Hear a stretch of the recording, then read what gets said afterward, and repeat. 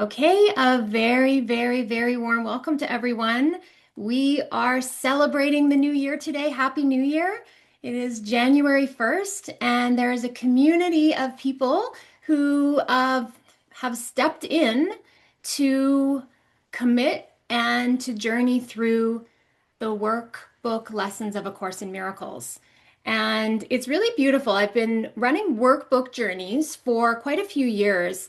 But last year, it transformed into Activate 365 Days of Miracles. And actually, last year, it was really built throughout the year. And I'm very happy to say that it is, I think at this point, it's all set to go now. So it's been quite a year of building and creating the program. That being said, I am very open to feedback. If, for example, you find things that are out of place or not working, please just email me or message me and let me know, and I'll sort that out, okay? So, yeah, there's a very deep sense of gratitude to each of you who have said yes to the Activate journey this year. It is a journey in community and connection. And it's interesting because we may not see everyone in the live calls on Wednesdays, but I do know people that journeyed through the program last year by listening to the recordings every week. Okay, so there's an essence of spirit, whether we're able to come live to the calls, which of course I recommend because it allows that extra level of support if you want to share, if you have questions. But there are going to be others that are probably journeying with us in spirit and actually coming along the way through the whole year. It's really, really beautiful. So I just want to acknowledge that is that however you can do this, however you can move through the program, you are a part of it. And one of the messages that I've been receiving from the Holy Spirit and from Jesus is that our parts are essential, that this is a collective healing that is happening because we share one mind. We share one mind. And so we all have a contribution to our whole mind. And it's a contribution that no one else can make but you.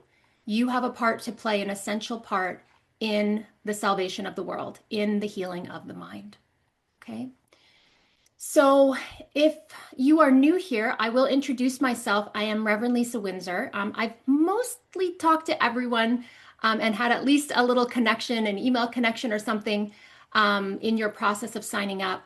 But I am just wholly dedicated to your spiritual journey with A Course in Miracles. And even if your spiritual journey veers off this course, I support you in taking flight and following your inner guidance. Okay, A Course in Miracles is all about following our inner guidance, the voice for love. And having been on the journey for so long, I see all the twists and the turns and the bridges we cross and all the places we go that are really for our highest good. We all have an individualized curriculum. So even though we may be studying A Course in Miracles together, we can be sure that it will look a little different for each of us. Okay. But the beauty is that in the course, our inner teachers, we refer to our inner teachers as the Holy Spirit and Jesus. And you just work with whatever feels comfortable to you. But our inner teachers actually meet us exactly where we're at for the very highest good of all to help us with our most peaceful next step. So it doesn't matter really what other people are experiencing in their own individualized curriculum. You can know for sure that the inner teachers within your mind are going to meet you in a place where they can reach you and that you can understand. Okay, the other thing that is amazing about this journey together, and I will say this comes from my own experience of studying the course on my own for many years before I gathered in community, is that this is a speed up. Questions that loomed in my mind for a long time that I had felt that I didn't have anywhere to take them or anywhere to ask, those can be resolved in a few days when you come on the call and ask the question or you reach out. So it can be an incredible speed up. The other thing is that there's so much experience on these calls. We have newer students, but we also have very experienced students that have been journeying with the course for many years. There's so much experience on the calls that it's very rare that we come across a situation that we haven't, in some essence, heard of or had some that isn't somehow relatable. And so I think that's especially important on the spiritual journey because so often we are working in the unseen, right? The spiritual journey is for us to see not with the body's eyes and not to hear with the body's ears. It is actually to see with spiritual vision. It's actually to use the power of our mind to see beyond all the forms. And so what happens is that we have spiritual experiences, we have mystical experiences, we have what we would call weird or strange or odd experiences that we don't necessarily know like what to do with if we're really not understanding. I assure you, you can bring them into the space and you can share about them and receive the acknowledgement and validation that can help you move forward or help you at least what we like to do is practice God nods, which when an experience happens that is like that is in the unseen, that is somehow synchronistic or intuitive, that we can nod to God and say, okay, I'm receiving it. I might not totally understand, but I see your works in my mind. I see your hand in my life. And that actually, that ability to nod to God, to just like acknowledge, I saw that, I heard that, I felt that, actually is an incredible path to strengthening your intuition and your trust. Really important. I'm going to tell you why. Because the ego thought system, right? That's what we're kind of undoing from, is full of doubt. So that when these synchronistic experiences happen, when these intuitive experiences happen, the ego comes in so swiftly with doubt thoughts and wants to discount it all. But if we have a God nod towards the experience, we're saying, I got it, I heard it, I'm open. And that allows us again to strengthen our. Okay, so again, we have a year together. We have a year together, which is so beautiful. Okay, there's so many things I want to say about this. Um, this might sound kind of funny, but I am so grateful that this isn't a quick fix. I am. I'm so grateful that I've finally been handed something because the quick fixes ultimately they actually just don't work. Okay? They're illusions. They're illusions. And to be honest with you, 365 days is still, in essence, a quick fix. You know, you're probably going to journey through the workbook a few times. You come, I swear he gives us a year-long curriculum so that we'll just devote our life to the curriculum, that we just know that that's our foundation. He said, I'm going to build the foundation and then you're going to be in your connection the rest of your life. That's the build, right? So he gives us a structure for a year. And it's not a quick fix, but what happens is that there is an integration that happens. And what happens when we do it in community is you start to get to know each other, hear each other's challenges, hear each other's breakthroughs, but you also start to see how the miracle works because we're activating miracles in this space. And the miracle sometimes is instantaneous. Sometimes you have something going on and you are perceiving through a lens of fear and you get it. You get a new perception, you get a new understanding, and you got it. But other times you're going to see people come into the space struggling with a certain relationship, struggling with a certain situation in their life. And if you stay in, you will see systematically that this course works, that the miracle always comes.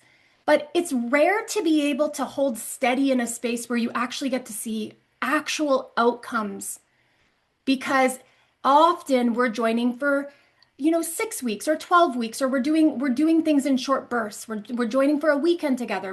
We're doing things in short bursts. To travel in a group for a year, you're going to see things and witness to things and experience things that will actually help to build a very deep foundation of trust. So we strengthen, that's part of the speed up. We strengthen our experience because we do it as a collective. And I will tell you this, someone's miracle in this space is also your miracle. Someone else's healing in this space is your healing, right? And what you'll often notice is someone else's issue in this space will often be something similar in you. You're like, it might not be the same exact form, but you'll feel the essence of what they bring up. And you're like, ah, I've got that too. So it allows you to lift up into the light whatever kind of is brought up for you with someone else's sharing. And again, collectively, we do the work. Again, very, very powerful. I've never recognized it so much, or maybe it's not been reinforced so much until now, and maybe there's just a readiness for it. But the community aspect of this course and of this Activate program, and really what we do in Modern Miracles Academy is fundamental and essential to the overall awakening of the mind. A Course in Miracles ultimately is a calling to the teachers of love, the teachers of God. And every one of us is a teacher of God. And actually, it says in the course that when you've gone through the curriculum, you are a miracle worker. Like you've gone through the curriculum, you are among the ministers of God, right? But for a lot of us, we don't have enough confidence, right? We don't have enough self-worth to accept that as our function, right? We just say, oh, he must be talking to someone else. He must be talking about someone else. I assure you, he's talking to you.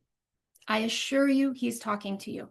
And I think that's why it's kind of sweet as a symbol that our Modern Miracles Academy has a minister training program. It looks like it's something for the world, but it's actually beyond the world, right? It is about strengthening your your acceptance of who you really are, of who you really are. And in this community, what happens is that we come together, we do our collective work, we do our individual work that is ultimately our collective work, and then the light extends outward to our brothers, to our communities, to the world. It extends outward.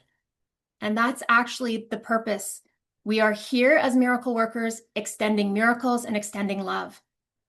But you cannot extend miracles and you cannot extend love if you don't first receive them for yourself. You have to receive them for yourself. So we are going to take a journey through the workbook lessons of A Course in Miracles. And we are going to accept the healing for our own minds. And we're going to work it with the backdrop of our own lives, right? You don't have to go to the mountain. You don't have to go to the cave for this path. You have to accept that the backdrop of your life, the relationships that you have, the jobs that you work, the places that you live, the circumstances of your past, that is the backdrop for your awakening, right? And there's this emphasis, God has not made a mistake. He knows exactly your pathway to wake up. And there's a clear pathway for you. But what happens is that we resist because we don't like the backdrop. We want this body to look different. We want our personality to be different. We want the people around us to be different, our families to be different, the path that we've chosen to be different. And he's saying, if you could accept the backdrop of your life and all the circumstances and all the form that it is right now, that will save you thousands of years. Because if we can accept it, then we can question it and we can heal it. We can forgive it. Right? It opens us up and saying, we basically have to say, this is my assignment in life, my body, my family, my circumstances, my decisions. Can I be so accountable? Will I have the courage to look at them this year and use them not to harm myself anymore, not to condemn myself anymore, but actually use everything that has occurred for my healing now?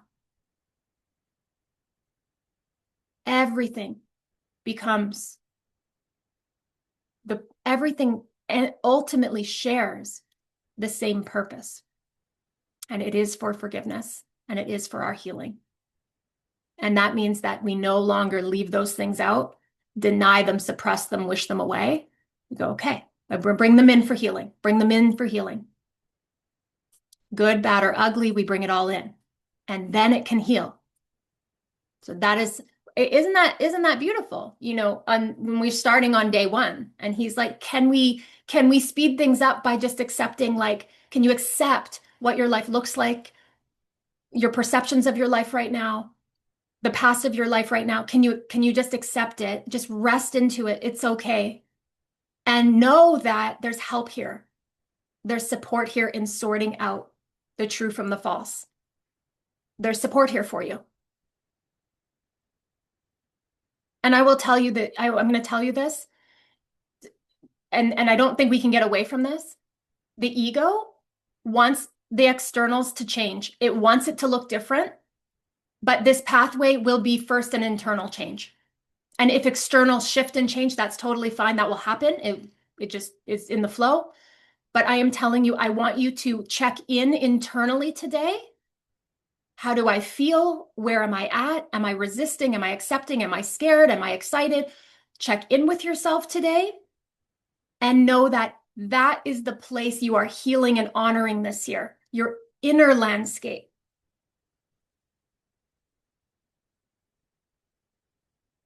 Your inner landscape, it matters. It's not what it looks like on the outside. We know this. We know we have all been trained to make it look nice on the outside.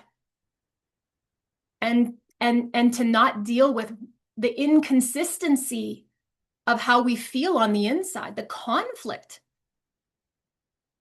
the inner conflict of trying to hold on to two thought systems in the mind, the inner conflict of being tangled in a thought system of fear.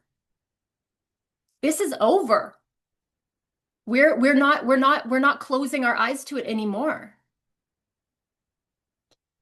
Years ago, someone I very, very, very much respected came up to me and she said, Lisa, I just don't understand how you you just are so together. You're so put together. And I thought to myself after she said that, I look put together and nobody knows that on the inside, I am in total chaos. I am a mess. But I had trained myself, smile, clean the externals up. And I was suffering. And that was one of the deep inquiries I had on that day. I said, this is wrong.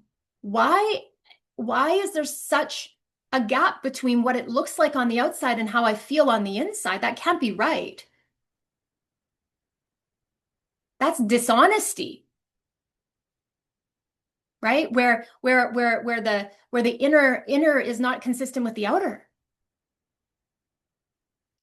And I knew that the problem wasn't the outer. I knew that had to be cleared and healed and cleaned and resolved, because I knew that wasn't right. That naturally, that's not the condition that we're meant to live in.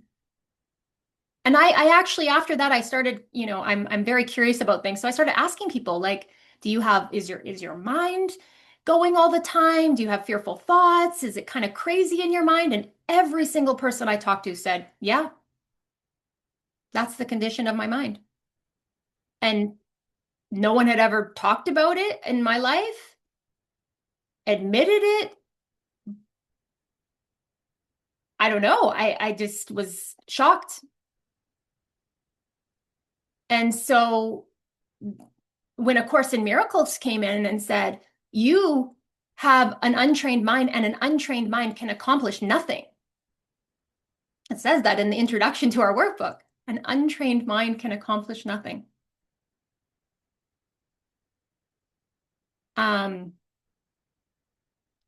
Yeah, it says, an untrained mind can accomplish nothing. It is the purpose of this workbook to train your mind to think along the lines the text sets forth. It tells us the exercises are very simple. and they do not require a great deal of time, and it does not matter where you do them, they need no preparation. They don't even need any preparation. It does say the training period is 1 year, and it does say to not undertake more than one lesson of set of exercises a day.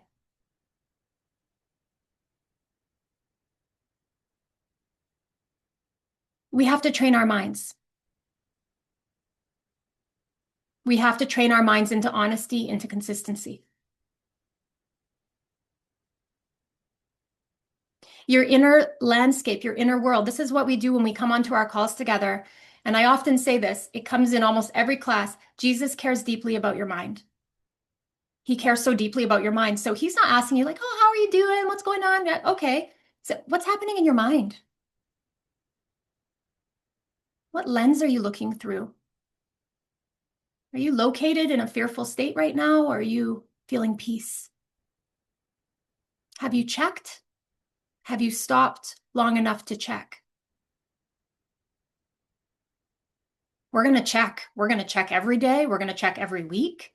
We're going to check in and we're going to check in. This takes check in to a whole other level, you guys. Like when I mean check in, I mean check in, inward. I remember this was so profound one day. I heard Jesus say to me, you know, Lisa, it's really not about, the spiritual classrooms and, those intentional spaces where you show up and everyone looks very spiritual and put together and saying the right things. He said, I really want you to pay attention to what you're doing in the in-betweens when nobody's looking. When no one's looking. When in those in-between hours where you're on your own and getting ready for the day, or he said, that's where I'm with you. And that's what we're working on right now. And I'm saying that to you guys because it's a calling, right? It's a calling to don't try to do this program, right? Don't try to impress yourself or anyone else. Work on the in-betweens. Like, let's call in more love than we ever have for ourselves and care about ourselves in those moments where no one's looking, where it doesn't matter to the world, where there's never going to be any acknowledgement. And start to choose differently and start to remember our lesson practices and start to remember the thoughts of God that are given us over and over again to choose over our fearful, anxious, guilty thoughts.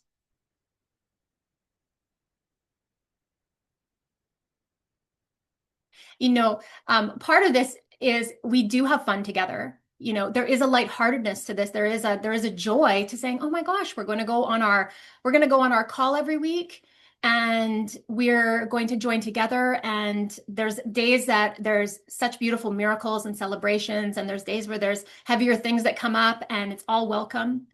But I'm just being honest with you today, because, we're celebrating the new year and this is like the beginning, but I don't know why this is, but there is a very serious essence to what he's bringing in today in terms of the message. I'm just letting you know that. I'm delivering the message. And again, I think it has to do with the collective importance of what we're doing together, is that the world needs our light. The world needs our light. We need to get in touch with the light that we are, and then we need to be able to share it. And the only way we do that is to embrace the light for ourselves. We can't jump over that part in it. And so he's asking us to come out of our individual wish or want for our own spiritual development. It's all happening. And he's asking us to look through a lens of a more collective lens of saying, this isn't just for you. You are here to heal the world. You are the salvation of the world. You are the light of the world. And you're going to notice, this is one thing I do notice, is that there's a lot of, there tends to be a lot of reflections of in our own lives being the lighthouse for our families and our friends, and like a lot of generational healing and lineage healing that goes on, because no matter what is going on here, we are healing collectively. And so I want you to just understand that when we call upon the Holy Spirit and Jesus to guide us, they are guiding us. And I want you to get this. I just want you to like take this in. They are guiding us for the highest good of everyone. Guidance isn't individualized just to us, although we are included in the guidance that we're given. But when we're guided by Spirit, it's on behalf of the whole, the oneness of us. Do you see how important that is? That means that when we decide with Him, we decide on behalf of everyone for the healing. And I'm slowing down on this point because it takes, I think, a lot of remembrance and experience to come out of our individualistic perspective. I want to heal. I want to be enlightened. I want peace. But it can never happen apart from you, from each other. And the ego, it's hard because again, sometimes it's a miracle that we're coming together in this classroom together, because it's a huge convincing job for the Holy Spirit and Jesus to not hand us the specialness that we so deeply, badly want, right? We want it to be special. And I love when the Course says it's like none of us are special, or we're all special. Like we're all special. And that's really the truth of it, but not individually. So what you're being called to, and this is our purpose, we are one. We are united. We are not separate. So even today, on day one, He's saying, can you just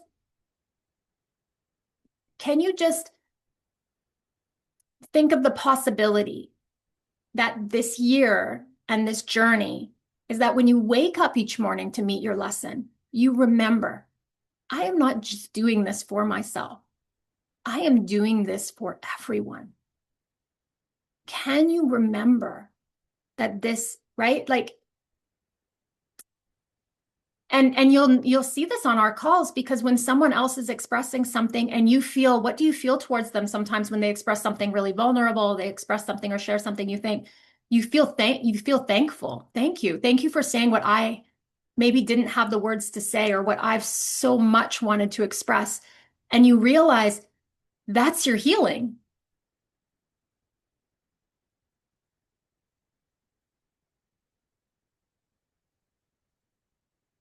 There's a huge movement of light happening here. The light is going to be shining brightly through, and this community is lit up. I'm telling you. But again, we need all of us to come in and play our essential parts. And I will say this, I actually feel motivated at this point on my journey that I want only the Holy Spirit's guidance, because it's on behalf of everyone. And when you go through the lessons enough times and realize I cannot perceive my own best interests, when you remember you cannot judge, that you cannot see on your own, all you really want is for the guidance to come through that would bless the world, that would bless us all. And I think the hardest thing to accept is that we're included in that guidance, because that's the trick of the ego. The ego goes, now you're just going to sacrifice your life for everyone. Okay, follow the guidance on behalf of everyone. No. We are included in that everyone. So when the guidance comes through in our hearts, we go, yes, this feels good. This feels right. And we're included. The ego wants us to believe that we have to sacrifice. No, we actually have to learn to embrace the love, to receive. And from that, we bless. We bless.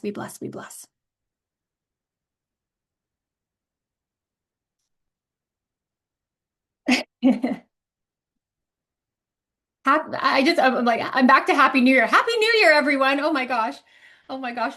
Again, like, um, I was listening to, I often journey through the programs with you guys as I'm going through. And so listening to some of the introductory videos, and every 10 days we land on we have a new theme that comes out. And I remember the theme coming in for lessons 1 to 10 and appreciating them, and then really appreciating it again today when I heard them again. So the theme for this next 10 days is building a foundation of trust. And what we're doing is the invitation is to step onto the path, to step into the circle, to step into the commitment, and to really call upon our inner teachers. Holy Spirit, Jesus, I am building a foundation of trust with you as I walk now. Because what they're asking of us is to not make A Course in Miracles a debate in our minds, right? This isn't the community where we debate the Course teachings. That's not what we're doing. We're actually living and applying the teachings and watching them and having an experience of them in our lives. So building that foundation of trust says, we're going to come into this practice, this daily practice, and we're going to trust Jesus with what he's asking us. He has systematically laid out a curriculum that will undo the ego in our minds and will actually help us acquire our real thoughts, acquire an experience of true perception. I call it a spiritual technology. That's what it feels like. And there's an ordering, there's a daily practice, and there's instructions every day. And he asks us, he says, you don't have to believe the lessons, right? There's a point, he says, some of the ideas the workbook presents you will find hard to believe, okay? And others may seem to be quite startling. This does not matter, right? But if we're, and this is why we're building a foundation of trust in our inner teachers. He says, you are merely asked to apply the ideas as you are directed to do. Okay, so follow the instructions, okay? You are not asked to judge them at all. You are asked only to use them. Here's the important line. It is their use that will give the meaning to you and show you that they are true. So how many times in our lives do we go, oh, that's not true. That doesn't mean anything to me. That doesn't do that. But we never actually go through and try it on. We're already closed. We've already decided. He's saying, whatever your reaction is, do the lesson. Do your best to release the judgment. Do your best to release the emotions that come if you feel startled or surprised or taken aback by what he's saying. That is how we build a foundation of trust. And that's what I'm asking you as you step in this year. I'm like, trust him with his curriculum and his course. He knows what he's doing. He is our guide in awakening. And then the spiritual practice, the bonus skill for this 10 lessons is follow the directions. And I remember thinking, this is the most silly bonus skill. Like, telling you guys to follow the directions. But watch how the ego wants to change the instructions. Watch how it wants to modify, resist. So how beautiful at the very beginning, he said, just tell them to follow the directions. You build a trust that this curriculum is what is given to undo you from a thought system of fear and follow the directions. Okay, watch the first video. It's right with your lessons 1 to 10 in your program.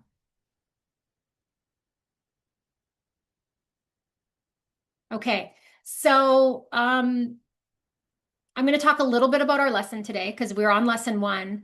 And I think what I want to say about the first 10 lessons is I used to mostly just disregard them. I didn't like being on lesson one. I wanted to be on a lesson much higher than that. So I just would disregard the first 10 lessons a lot because I thought, oh, they're just at the beginning, doesn't really matter. And then I had a like, huge turnaround years ago where it was like, wow, he's not delaying or wasting one moment of our time. He is calling us into this unwinding, this healing now on lesson one, on day one. Now, I want to say something about this too. I want to tell you guys, perception. We talk a lot about changing our perception. That's the miracle, a shift in perception, seeing through the lens of the ego, the fear, and then having that shift to a perception of love, of true vision. This first part of the workbook is about from false perception to true perception. And it's a lot about looking at our false perception, a lot about looking at the ego thought system. That's how we unwind from it. Okay. So I want you to remember that you're always perceiving, and you're always perceiving through one of two lenses. There's only two. There's the perception of the ego or the perception of the Holy Spirit. And this is the systematic way to shift our perception to love and for that perception to become consistent, right? Because what you're going to notice is erratic perception, a lot of shifts and changes like that. So I want you to pay closer attention to this idea of your perception. What am I perceiving? What am I seeing? Not just seeing with the body's eyes, but how am I seeing a situation? How am I perceiving a certain person? That is what we are going to be changing and shifting from. Okay. And again, perception comes from within our inner landscape, our inner thought, our inner beliefs. And then we look out and we perceive. Okay. So lesson one says, nothing I see in this room, on this street, from this window, in this place means anything. Nothing I see in this room means anything. Okay, so I just want to give you an understanding. We believe what we perceive. Like we look around and there's meaning placed on everything. And Jesus is starting off saying we have to heal your perception, your misperceptions. So I'm going to tell you that I want you to start with the idea that what you see doesn't mean anything. We've been looking through a perception of falseness, believing all of this meaning. And he's saying, we're going to start right away. And you're going to say, nothing I see means anything. So you can see he's working with our perception of things, and he's starting to clear the mind of all the false perceptions. Day one. So let's do it together for a minute. He says, I want you to look slowly around you and practice applying the idea very specifically to whatever you see. Okay? So here's the examples. This table does not mean anything. This chair does not mean anything. This hand does not mean anything. This foot does not mean anything. This pen does not mean anything. And then he asks, look farther away from your immediate area and apply the idea to a wider range. This door does not mean anything. This body does not mean anything. This lamp does not mean anything.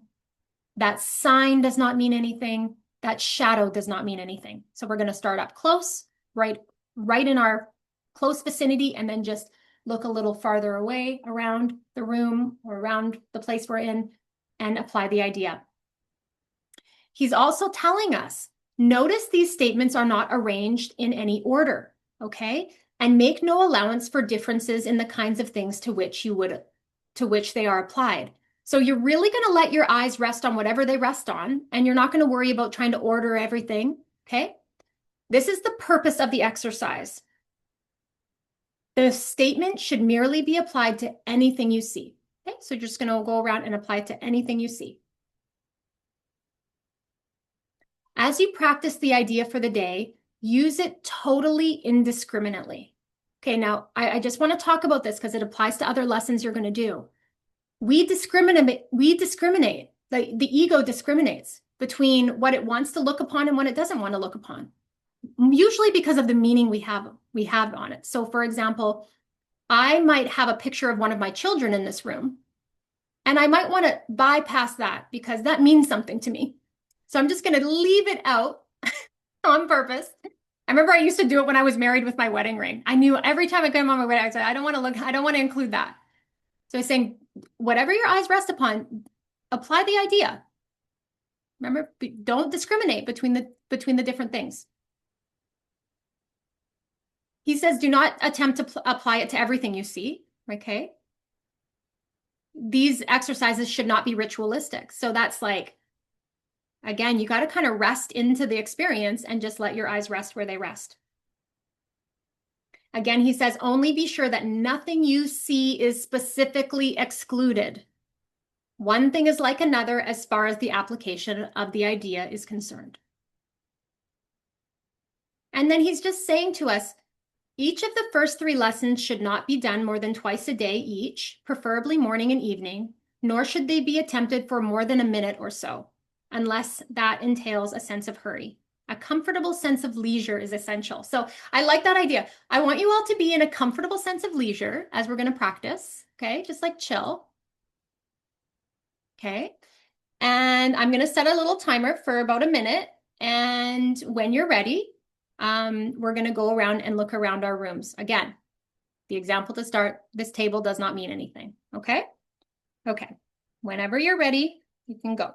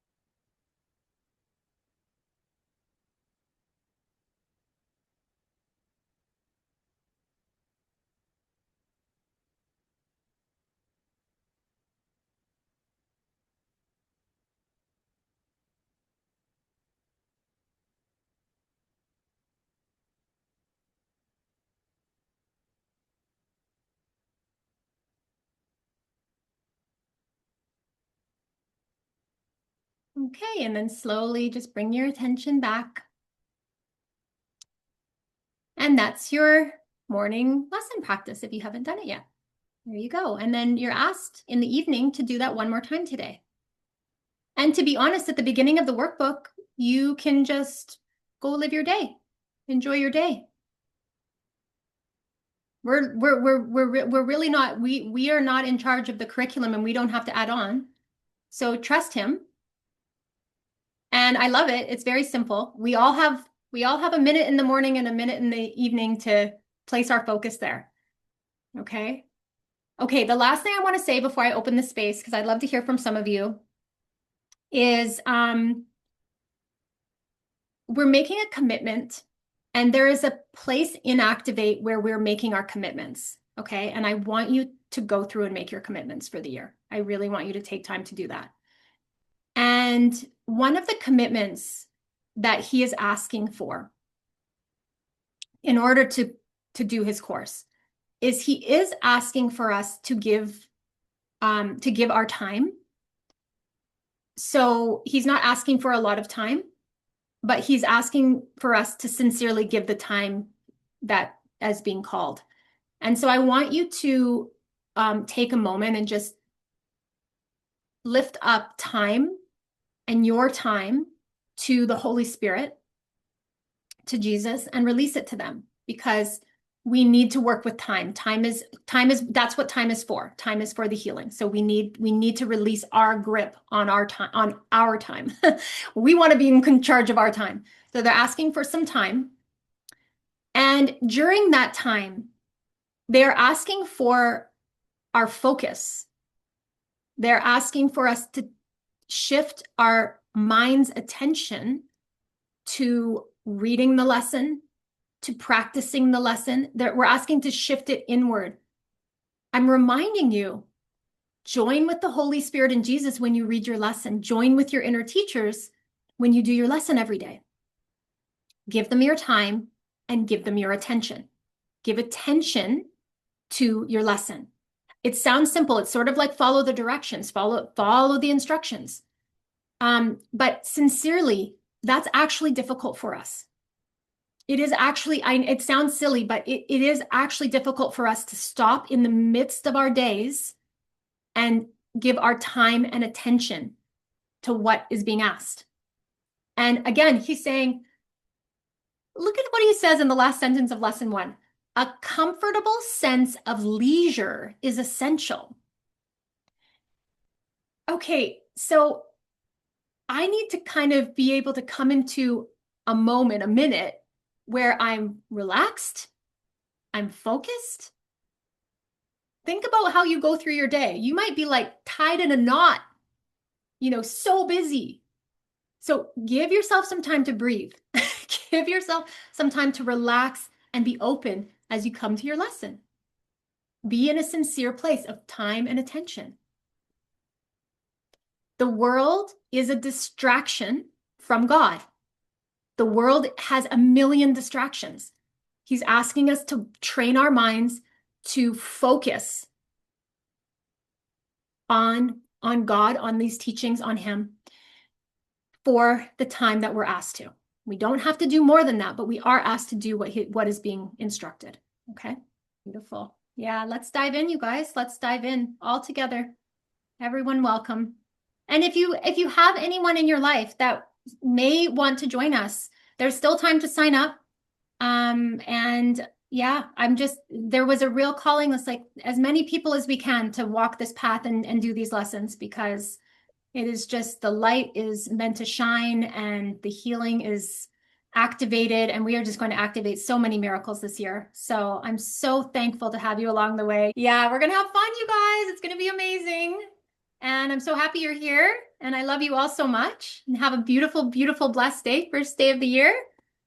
And we'll see each other on Wednesday to start our weekly support calls, 9 a.m. PST. Love you all so much.